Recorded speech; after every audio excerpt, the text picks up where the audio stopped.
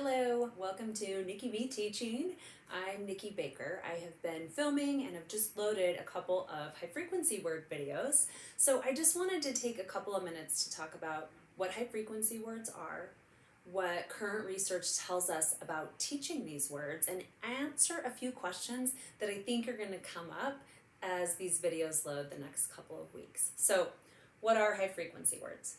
They are simply those words that show up often in text. There's two major lists, Dolch and Fry, and depending on where you're from, you may be required to teach one or the other. There's a ton of overlap between the two, right? They're just lists of the most frequently used words. We used to call these words sight words, and that's a little bit of a misunderstanding. Truly, a sight word is any word that you can read automatically as if by sight. Good readers have thousands and thousands of words in this sight word bank. So calling them sight words is not as exact as we can be. So using the term high frequency words is a little more clear even for our students. So I used to call them sight words, and I used to teach them through a process where I would just hold up a word and the kids would look at the word and we would just memorize it. Well, what we know now is that memorizing words in that way is, first of all, an unsustainable strategy, and second of all, not how the brain learns to read.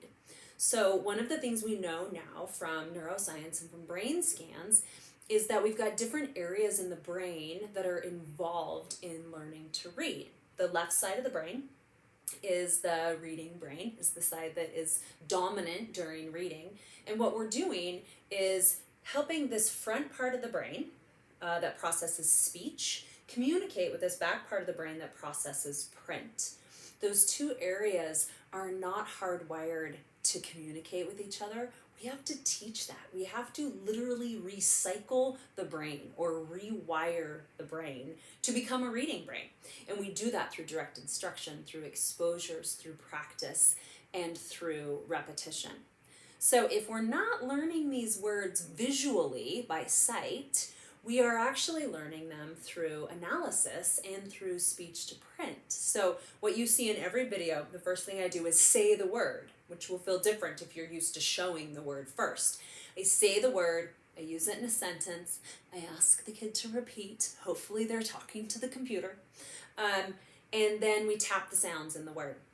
I use a little whiteboard and magnet tiles to represent, each sound in the word, and then we analyze each sound and talk about whether or not the letter or grapheme that represents that sound is regular or irregular. I try so hard to use the words regular, predictable, expectancy instead of the word rule, which sometimes I slip up and say rule. But I try really hard to just talk about predictability and predictable patterns in words. So after we've done that, then we go ahead and look at a flashcard with the word, and we do a little flashcard review at the end. So that's just the basic steps that we go through. So another thing to know about high frequency words, there's regular and irregular. So regular words are those that follow those predictable patterns, and there's so many of them, right? And, in, had, there's tons. They follow the exact phoneme grapheme correspondences that we expect them to. Then there's words that are always irregular, like of, or said. There's parts of that word that are always irregular, and that needs to be analyzed. And often I say in my videos, that's the part we need to learn by heart. You'll also maybe have heard these called heart words or a heart word strategy. It's the same thing. It's just different ways of talking about and analyzing these predictable and unpredictable parts. So if you look up that, heart word strategy or heart word lists, you can find pre-made flashcards. What you'll find, though, is sometimes I teach those a little bit differently than maybe you've seen in other places. And if you look up enough, you will see variation. And here's why. there's also temporarily irregular words, right? So a word like her, if you are a beginning of year kindergartner, right, or maybe anytime during kindergarten, until you learn this vowel E, right, or sorry, vowel R pattern, that syllable type, this word might be temporarily irregular. And then when you learn that ER is a predictable pattern, then this word becomes regular.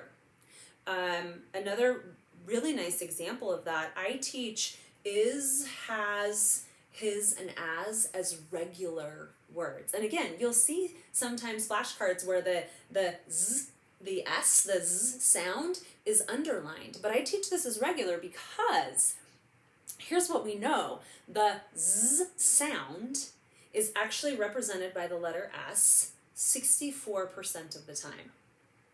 It's represented by the letter Z 23% of the time. 4% of the time it's an ES, and another 4% of the time it's an X.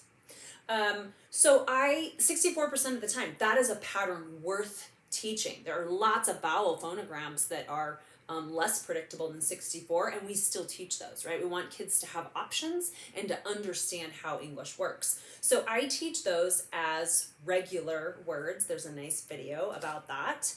And then it also makes words like was and does more predictable, right? The z sound at the end now follows a pattern, and now they're only unpredictable by that middle sound. Even in because, right? The z because becomes predictable. When I do because, I do teach there are lots of jobs of E.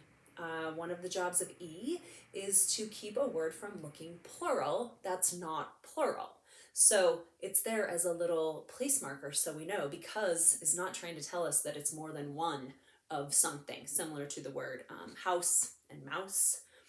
Another job of E is to keep a word from ending in V. English words don't end in V. So I teach that pattern, which means in your class, you may have to, tweak things and do them a little bit differently as you're introducing these words that may be temporarily irregular. But these videos, I'm all teaching them as regular as they can be, because I think that unlocks the English language for our students. So I think that's about it. Please, if you have any questions, feel free to reach out. You can email me. I'm on Twitter and Instagram as Nikki B Teaching. My email is nikkibteaching@gmail.com. Thank you for joining me on this journey of teaching all those little humans how to read. It's an amazing time to be an educator and to have all of this new information. So if this shift from sight words being a visual instruction to being this speech to print instruction is new to you, that's okay. It's new to most of us. So thanks again. I would love it if you want to reach out with any questions. I'm happy to connect. Thanks.